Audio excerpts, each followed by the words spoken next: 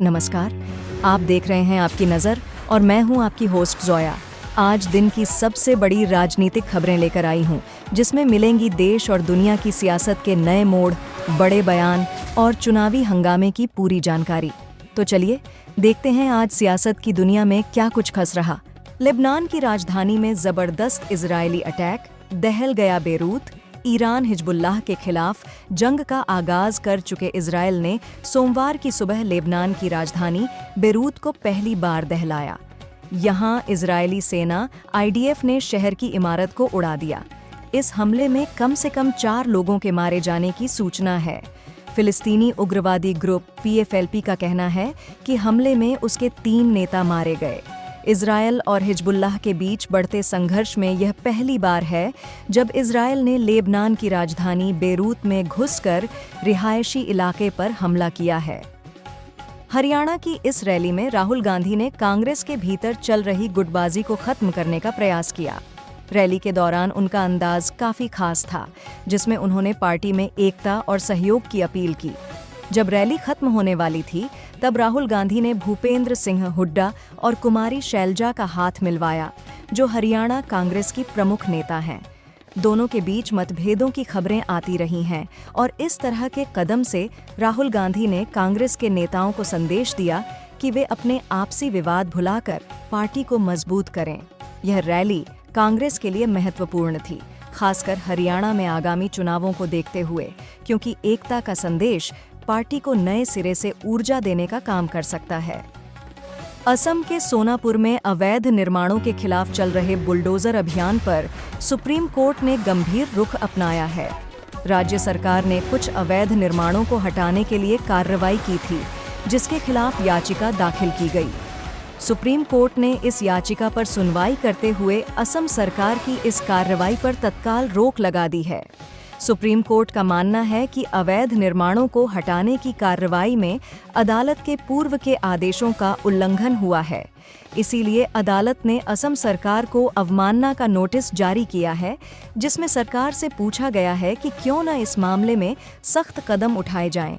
यह फैसला इसलिए भी महत्वपूर्ण है क्योंकि देश भर में विभिन्न राज्यों में अवैध निर्माणों के खिलाफ बुलडोजर अभियान जारी है और ऐसे मामलों में अदालतों के आदेशों का पालन जरूरी है। मिथुन चक्रवर्ती को दादा साहब फाल्के पुरस्कार से सम्मानित करने की घोषणा ने हिंदी फिल्म इंडस्ट्री में उत्साह पैदा कर दिया है। केंद्रीय मंत्री अश्विनी वैष्णव ने सोशल मीडिया प्लेटफॉर्म X पर इस खबर की पुष्टि करते हुए बताया कि यह प्रतिष्ठित पुरस्कार उन्हें 8 अक्टूबर 2024 को 70वें नेशनल फिल्म अवार्ड सेरेमनी में प्रदान किया जाएगा। मिथुन चक्रवर्ती, जिन्हें उनकी दमदार अभिनय शैली और नृत्य प्रतिभा के लिए जाना जाता है, ने फिल्मी दुनिया में एक लंबा और सफल करियर बिताया है। यह पुरस्कार उनके उल्लेखनीय योगदान को मान्यता देने के लिए दिया जा रहा है, जो भारतीय सिनेमा के लिए मील का पत्थर साबित होगा। जम्मू कश्मीर पुलिस के हेड कांस्टेबल बशीर अहमद एक बहादुर और समर्पित अधिकारी थे, जो देश की सुरक्षा के लिए अपने प्राणों की आहुति देने से पीछे नहीं हटे। कठुआ एनकाउंटर में जब आतंकियों से मुठभेड़ चल रही थी, बशीर अहमद ने अदम्य साहस दिखाते हुए अंतिम सांस तक आतंकियों का डटकर सामना किया। उनकी बहादुरी का सबसे बड़ा प्रमाण यह है कि उन्होंने गोली लगने के बावजूद अपनी पोस्ट नहीं छोड़ी और आतंकियों को करारा जवाब दिया। यह एनकाउंटर जम्मू कश्मीर के कठुआ इलाके में हुआ था, जहां सुरक्षा बल आतंकियों के खिलाफ ऑपरेशन चला रहे थे।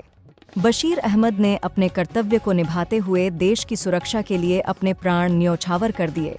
उनके इस बलिदान को पूरा देश सलाम कर रहा है और वे आने वाली पीढ़ियों के लिए एक प्रेरणा बन गए हैं। Israel Hezbollah war. इजरायल का यमन में हूती के ठिकानों पर हमला, कर्दी बंदरगाह पर एयर स्ट्राइक, लेबनान में बमबारी करने के बाद इजरायली सेना ने अपने एक और दुश्मन को निशाने पर लेना शुरू कर दिया है। रविवार को इजरायल की तरफ से यमन के हूती विद्रोहियों के बुनियादी ढांचों पर जबरदस्त हवाई हमले किए गए। सेना की तरफ से बताया गया कि इस एयर स्ट्राइक में दर्जनों लड़ाकू विमानों ने हिस्सा लिया। हमास के खिलाफ युद्ध के दौरान हूती विद्रोहियों की तरफ से लगातार इजरायल के ऊपर हमले किए जा रहे थे। हिजबुल्लाह प्रमुख की मौत के बाद यह हमले और भी तेज हो गए थे। हरियाणा चुनाव से पहले बीजेपी में अंदरूनी सियासी हलचल तेज हो गई है। पार्टी ने अनुशासनहीनता और बगावत के आरोपों में अपने 8 नेताओं को निष्कासित कर दिया है, जिनमें 2 पूर्व मंत्री भी शामिल हैं।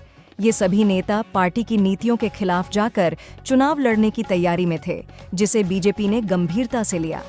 इन 8 नेताओं को पार्टी से बाहर निकालने का फैसला इसलिए लिया गया ताकि संगठन में अनुशासन बनाए रखा जा सके और चुनाव में पार्टी की स्थिति को मजबूत किया जा सके। यह कदम पार्टी के अंदरूनी बगावत को काबू में करने और बाकी नेताओं को सख्त संदेश देने के लिए उठाया गया है। हरियाणा में विधानसभा चुनाव की जंग होनी है। सभी राजनीतिक दलों ने अपनी कमर कस ली है। कौन सी पार्टी ये चुनावी मुकाबला जीतेगी, ये तो आने वाला वक्त बताएगा। पर अभी बीजेपी इस चुनावी रण को जीत जाए, इसके लिए सीएम योगी ने कमर कस ली है। यूपी के मुख्यमंत्री योगी हरियाणा के चुनाव दौरे पर है। सीएम योगी ने हरियाणा के बवानीखेड़ा में कांग्रेस पर जमकर निशाना साधा। उन्होंने कहा कि कांग्रेस सरकार ने सिर्फ जनता को लूटा। तुष्टीकरण ही कांग्रेस का एजेंडा है।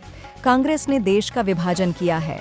बीजेपी सरकार आई तो 500 सालों की समस्या सुलझी। हरियाणा की रैली में राहुल गांधी ने कहा, मैं अमेरिका गया। वहां मैंने देखा कि एक छोटे से कमरे में हरियाणा के 15 से 20 युवा रह रहे हैं। उन्होंने मुझे कहा कि आप हरियाणा में हमारे परिवार से मिलिए, क्योंकि हम 10 साल अपने परिवार से नहीं मिल पाएंगे। मैंने फिर पूछा कि यहाँ आने में कितने पैसे लगे और पैसे कहाँ से आए। उन्होंने कहा कि यहाँ आने में 50 लाख रुपए लग गए हैं, जो खेत बेचकर या ब्याज पर पैसे लेकर जुटाए गए हैं। मतलब उन युवाओं की जेब से 50 लाख रुपए छीने गए, क्योंकि हरियाणा में उन्हें रोजगार नहीं मिल सका। कश्मीर में कांग्रेस नेता कन्हैया कुमार ने एक जोरदार भाषण दिया, जिसमें उन्होंने बीजेपी और अमित शाह पर जमकर निशाना साधा। अपने भाषण में कन्हैया ने कश्मीर के मुद्दों को उठाते हुए बीजेपी की नीतियों पर सवाल खड़े किए। उन्होंने कहा कि बीजेपी सरकार कश्मीर के विकास और शांति के मुद्दों पर विफल रही है और केवल ध्रुवीकरण की राजनीति कर रही है। कन्हैया ने विशेष रूप से गृह मंत्री अमित शाह पर आरोप लगाते हुए कहा कि उनकी नीतियां कश्मीर में स्थायी शांति लाने में असफल रही हैं। उन्होंने यह भी कहा कि कांग्रेस कश्मीर के लोगों के साथ खड़ी है और उनके अधिकारों के लिए संघर्ष करती रहेगी। इजराइल हमास युद्ध के बीच हिजबुल्लाह चीफ की मौत पर जम्मू कश्मीर में भारी प्रदर्शन देखने को मिले। इस विरोध में प्रमुख राजनीतिक दलों के नेता भी शामिल हो गए, जिसमें महबूबा मुफ्ती और उमर अब्दुल्ला का समर्थन भी सामने आया है। लोग सड़कों पर उतरकर इजराइल की नीतियों के खिलाफ विरोध जता रहे हैं और हिजबुल्लाह चीफ की मौत को लेकर नाराजगी व्यक्त कर रहे हैं। महबूबा मुफ्ती और उमर अब्दुल्ला समेत अन्य नेताओं ने इस मुद्दे पर इजराइल की कार्रवाई की आलोचना की है, जिससे क्षेत्रीय राजनीति में हलचल मच गई है। यह प्रदर्शन जम्मू कश्मीर में अंतर्राष्ट्रीय मुद्दों के प्रति संवेदनशीलता और स्थानीय राजनीति के संगठनों का रुख भी उजागर करता है। हाल ही में ताजमहल में नमाज पढ़ने का एक वीडियो सोशल मीडिया पर वायरल हो गया है, जिसके बाद विवाद खड़ा हो गया है। इस घटना के बाद से कई लोग इसे धार्मिक विवाद का विषय बना रहे हैं। पहले गंगा जल और पेशाब कांड के बाद अब ताजमहल में नमाज पढ़ने की घटना ने फिर से सियासी गर्माहट पैदा कर दी है।